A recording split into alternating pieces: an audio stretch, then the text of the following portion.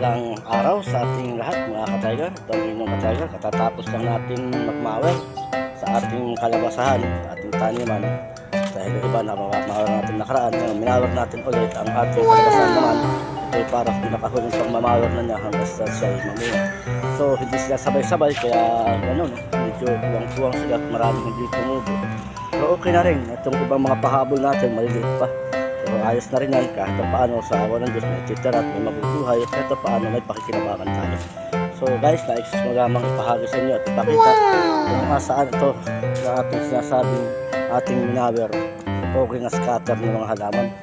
Nais ko ipakita sa inyo ang inyong ka-tiger. So natapos natin sa loob ng 2 oras. Okay gandang tingnan mga ka-tiger pagka ang linis ng ating tanim at ng ating tanim. Ito mga ka-tiger, ako ipakita sa inyo tiger. Okay gandang tingnan pagka malinis ang ating taniman. Napakagandang tingnan ng ating mga halaman pag tayo ay malinis ang ating mga taniman. Yan nakikita sa ating screen. Yan siya ang ating kalabasa. Hindi sila nagkaroon magkasabay-sabay. At yung ating unang tanim yan sila yung unang tanim na nabuhay. Kasi ito mga pangalawa natin itong hulip. Yung iba na ito, kaya medyo mas maliit pa. Yan, yung malaki na yan ang nauna natin mga tiger.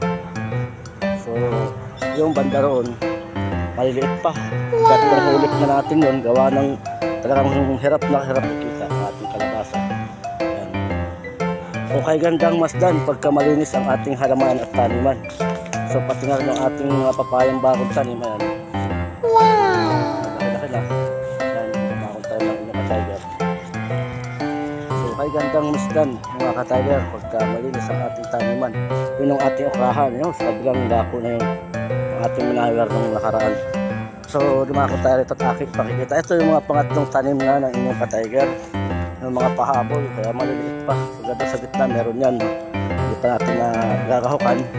So hindi mamaya, bukas ating gagahukan. Ayan, no, meron yung mga tanim. So maliliit pa. Yan yung pangatlong pahabol natin. Yung nakikita sa ating screen. Ako tayo at aking pakikita sa inyo ating labanos na sinubukan noon, no? Aking pinakita sa inyo. Ito na sila, ang lalaki na ang ating labanos.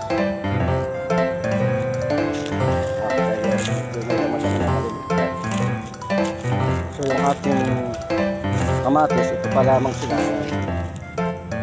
Ayan. So ito naman yung ating pipino. Lalaki na, oh. Hindi nyo makikita sa ating pipino. Ating mga sigarilyas ay ito na, sigul na sila. Sigarilyas natin yan, hindi nakikita mga sigarilyas na yun. So dumako tayo rito. Yun, kaya ito. So ayan ka-tiger, oh. Ito mabibitas na naman, oh. So, yung bunga ng kusitaw ng inyong ka-tiger, yan, oh. Wow! Ayan.